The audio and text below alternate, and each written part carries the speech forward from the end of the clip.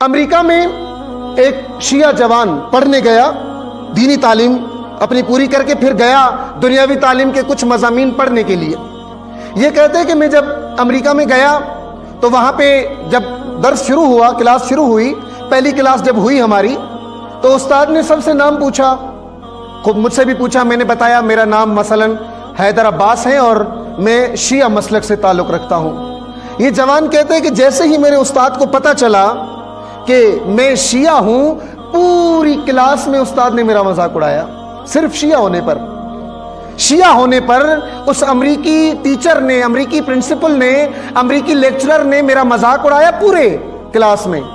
یہ جوان کہتے ہیں کہ مجھے اس وقت غصہ تو آیا، لیکن میں نے فی الحال برداشت کر لیا، اور پھر میں نے اگلے دن نہج البلاغہ انگلش ٹرانسلیشن میں، انگلش ترجمے میں نے لی، اور میں نے اسی استاد کو نہج البلاغہ تحفے میں دے دی۔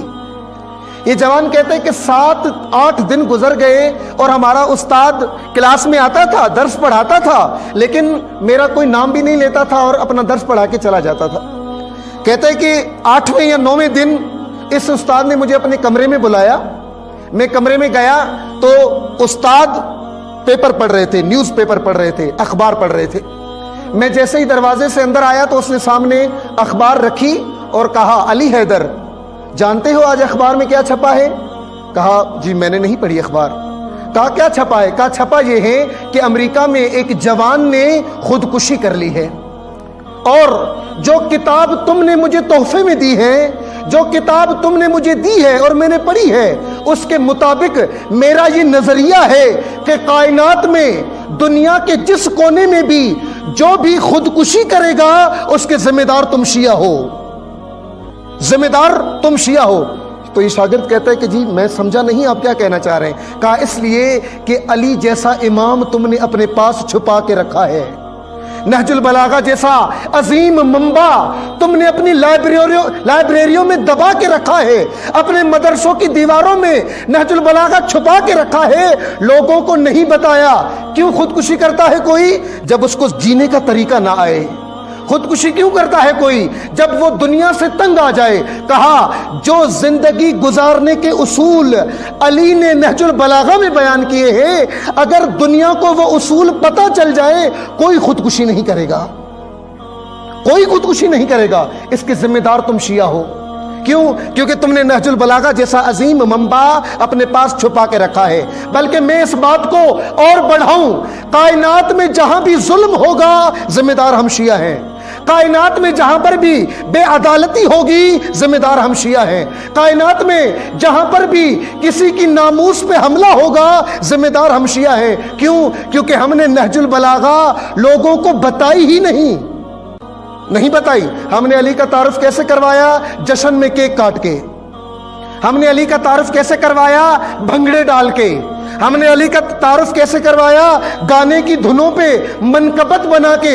یہ ہم نے علی کا تعارف کروایا۔ یہ نہج البلاغہ پوری دنیا میں عام کرنا ہمارا کام ہے۔ یعنی جب عدالت کسی نے سیکھنی ہو اس کا منبع نہج البلاغہ ہو، اگر کسی نے علم سیکھنا ہو اس کا منبع نہج البلاغہ ہو، اگر کسی نے سیاست سیکھنی ہو اس کا منبع نہج البلاغہ ہو، اگر کسی نے وقار سیکھنا ہو اس کا منبع نہج البلاغہ ہو۔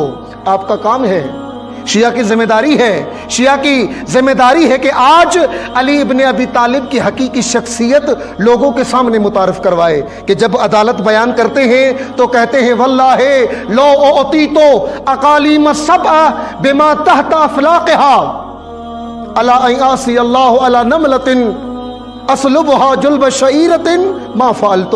فرمایا اگر تمام دنیا، ساتوں بر اعظم، تمام دنیا اور جو کچھ زمین اور آسمان کے درمیان میں ہے، اگر سب کچھ علی کو دے دو اور اس کے بدلے میں علی سے یہ کہو کہ ایک چونٹی کے منہ سے اپنا لقمہ چھین کے علی لے لے، تو پھر بھی علی یہ کام نہیں کرے گا۔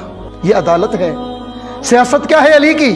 کہ جب انبار نامی شہر میں بسر ابن ابی ارطاط نے حملہ کیا اور حملہ کر کے یہودی عورت کے پاؤں سے پازیب چھین لی، علی نے خطبہ دیا اپنے ہی مسلمان فوج کو۔ کیا فرمایا؟ فرمایا کہ لو ان امرا مسلما مات من هذا اسفا ما كان به ملوما، بلقان اندی جدیدہ، فرمایا مسلمانوں کے دور حکومت میں ایک یہودی عورت کے پاؤں سے پازیب چھین لی گئی۔ مسلمانوں، اگر اس یہودی عورت کے پاؤں سے پازیب چھیننے کا واقعہ سن کر اگر کوئی شرم کے مارے ڈوب کے مر جائے، علی تعجب نہیں کرے گا، علی تعجب نہیں کرے گا۔